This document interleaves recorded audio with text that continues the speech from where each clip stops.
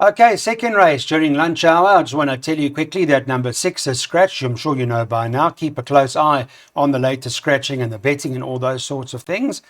And in a race like this, a first time, Daryl, I don't know if you know anything about it, for Gareth, Mad World, that Tatandiwe is riding. Any news? Any comment? Any something? No comments in the front of the book, Clyde. Slightly disappointing because we'd like to get some sort of idea where she is at, but I can tell you something with regards to her breeding. She is a half sister to Snow Report, who started as a juvenile. He was very, very good, Clyde. He actually won the grade 2 or grade 3 Langeman as a juvenile. Won 2 out of his first 4 starts. Didn't quite go on with it, but he was very good early on. I'm sure there'll be a comment from Gareth because he's very good with social media. Yes, on his social. Very good. On his social media, there will gives be a all his comment. selections there. Okay. Then, all right, so then the other relation is Virgin River, who only had 2 starts, and she finished second in both of them. So, listen, yeah, if she is expected to run forward on debut, I could see her making a winning debut. Number 5, Madam Z, she's well exposed, but Clyde, I can tell you that this filly is improving with each and every start. Her latest 2 efforts have been her best to date. She'll be thereabouts. Number 8, La Premiere, a nice debut. She certainly was doing her best work late. She came from well off them on that occasion. She steps up an extra 200 meters, which, based on her finishing effort last time out, is going to be suitable. So I just hope she doesn't find herself languishing at the back of the field once again. Hopefully she's in contention. And then expect improvement from number 11, Sumiko. She's been disappointing to date, but she does have 54 to shoulder. Maybe she can improve. She's likely raced. Yeah. That formula is not too bad with Whirlybird coming from there. Okay, so there are 3 that Daryl made specific reference to. Watch the first time at 2 Mad World. Okay, guys, it's a place accumulator. And there are a few that Daryl has put in the first leg.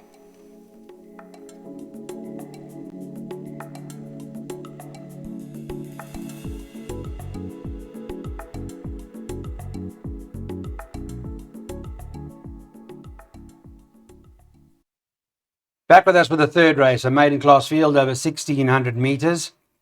Well, there are a few in here with chance as well. I've got to tell you, Paul Matchett's table is absolutely flying at the moment, and they've got this horse, United We Stand, who's got consistent form coming into the race, Daryl. I would have thought she must have a huge claim here. Massive claim over here, Clyde. You know, she was stepped up to a mile last time out for the first time. She travelled sweetly in the race. I actually thought she was going to go very close to winning it. She just came up for you very late. I think a mile on the poly is going to be ideal for her. She has been on the poly before and she wasn't beaten too far. So she must be in here with serious claims. I think Erico Verdinez's horse, that horse, Ariel's Jet, I think that's going to be a nice horse. That won impressively with beating yeah, she was very green, United. Ariel's Jet. Yeah, she could go on with it. Yeah. She could go on with it. Okay. Have a look at number 1 over here, Clyde. She showed lovely improvement from run 1 to run 2. And that was due to the fact, Clyde, that she stepped up in trip from 1,200 to a mile. Now it's a mile on the poly track. That form line has been franked. Vermicelli won from there. And the 5th placed runner was Dame Mazona. So here's a filly that's likely raced. She's well related, or she's well bred at least. So she's going to go close. And just one other for the pick 6, Clyde. Number 4, the Supernova Star. 2 fair sprints to date. She's now stepping up in trip. She goes a mile for the first time. I've included her into the pick 6. So 1, 4, and 5, Clyde. Okay, that's Kevin Arena's rider. All right, well, that's the latest then. Thank you for that. That's our pick 6. We want to get our holiday pick 6 on. Public holiday pick 6 on, everybody. Here's what it looks like for this maiden plate. Starting with a maiden plate that is over 1,600 metres.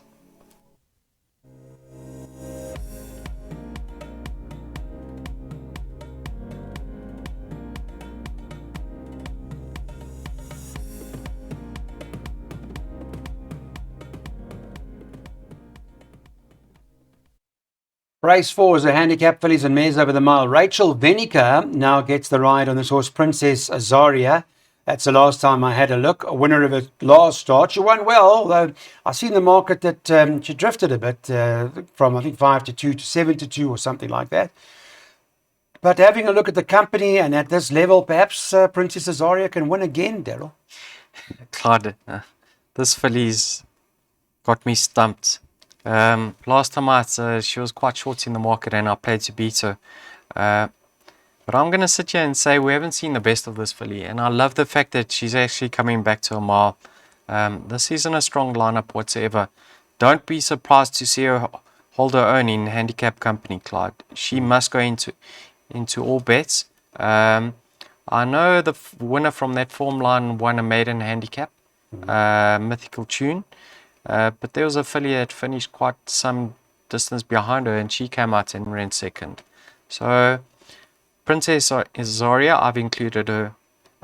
Number 2, You Deserve It. I mean, she's won 4 career victories to date. 3 of them have been on the poly track. Last time out, they put the blinkers on and she was just touched off. There were a few of them that flashed past the post in her line. But you can see, Clyde, she's very competitive off a 64. Cerulean Dance has been to the poly track once in the past. That was over 2,000 meters. That's too far for her. Put a line through that.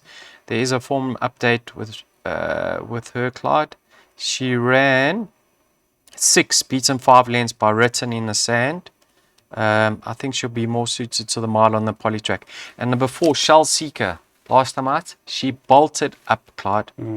Concern with her, 4 runners, all 4 unplaced in the next start. The form line. But the way she won, she has to be respected because she only got 5 pounds or 2.5 kilograms and she trotted up. So, and she seems to love the poly too, hey? Yeah, that combination are doing well, Clyde. Mark Dixon and Daryl Daniels. That combination are doing well. Good. The stables come to form. All right, 2, 3, 4, and 6 are the inclusions. Would Princess Azaria be the first choice though? No. Or you're unsure? It's open. All right, I won't put your... Yeah. Let's go with her, Clyde. Let's go with her. Okay, it will be a shock. Let's go with Rachel. Let's go with Rachel. It will be a shock choice. Okay. Many are playing to beat her. I'm not. All right, 65 handicap fillies and mares. Here we go. It's a jackpot opportunity for you guys. Get that first jackpot on.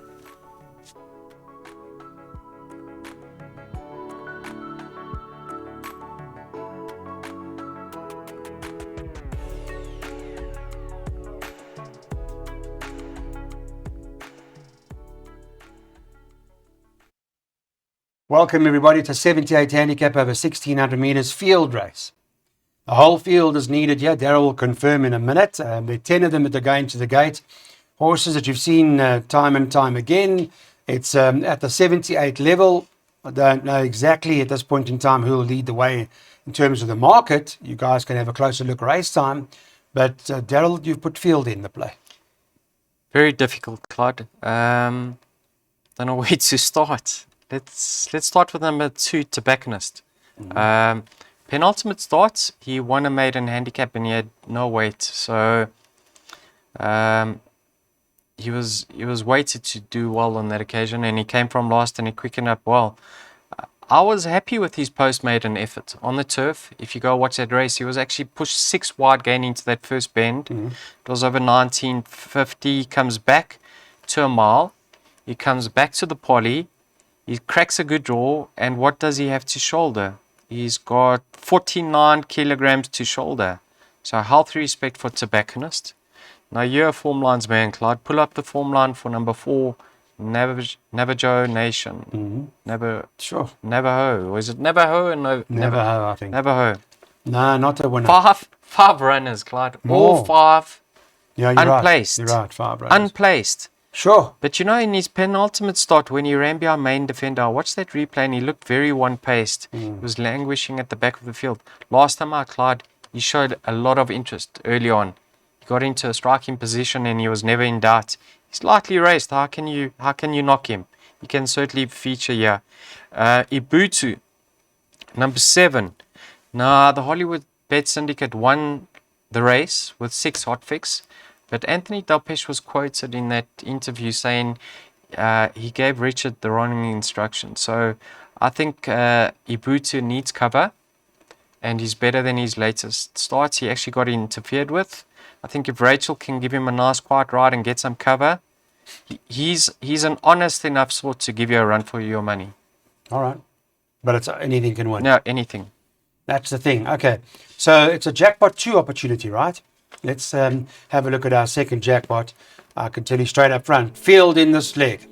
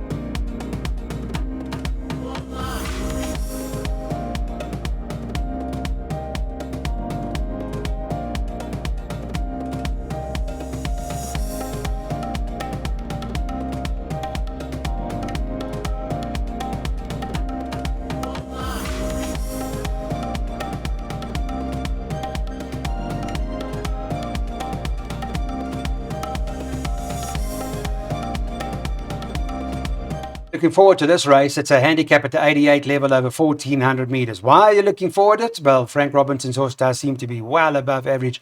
Number 5, Sovereign States. Only had the 2 starts, both occasions, although only getting there does appear to have lots and lots of ability. That was, the 1,400 is what Sovereign State has been a part of before, to the extent of 1,000, 1,600. So the 1,400 really and truly, Daryl, shouldn't be a problem, yeah? I think he's going to love the 1,400, Clyde. I watched his later start.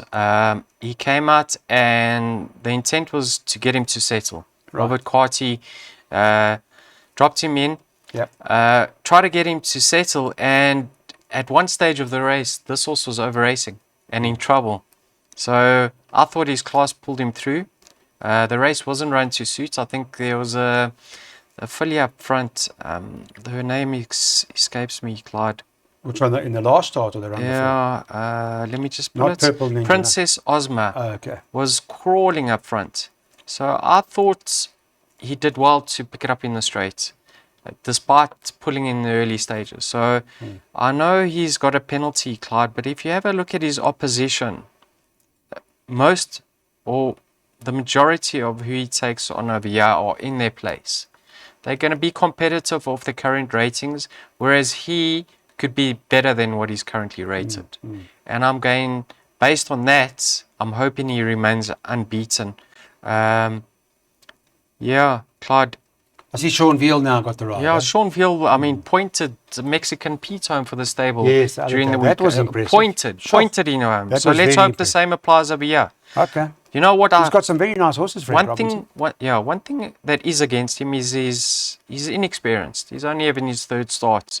So that's against him, but he could be better than his current rating, and I hope he is. I hope he remains unbeaten. This is the first time handicap, right?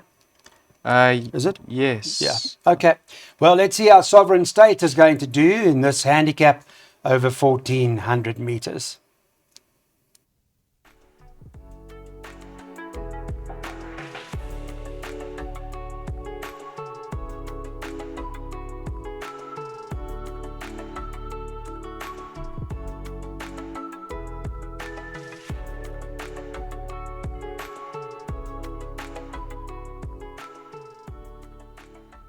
Last race. Thanks for watching Betway's Weighted to Win, everybody. I hope it's been a pleasant Monday for you. Thank you for all of your time, and to all of Ricky and his team behind the scenes that have helped us here. Social media, X, WhatsApp, Weighted to Win, Betway's Weighted to Win can be found on those platforms. Remember, we're on YouTube for Racing TV.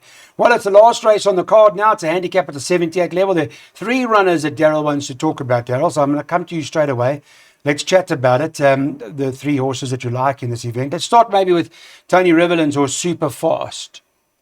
That's my topic, Clyde. Yeah, let's talk about it. Tony's yard has turned, yes. Okay? Last time he was obviously in need of it because he was returning from a layoff. It was over a distance sharp of his best. I mean, he's not a 1,000-meter horse, Clyde.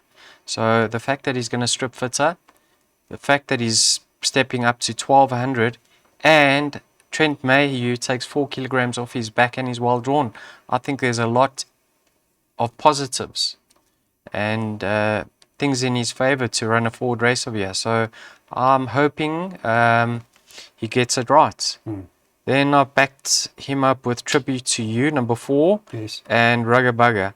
Now, Rugger Bugger, you can see number 11. He's improved steadily since being gelded. Yeah, I like In that. each and every start, he's going in the right direction.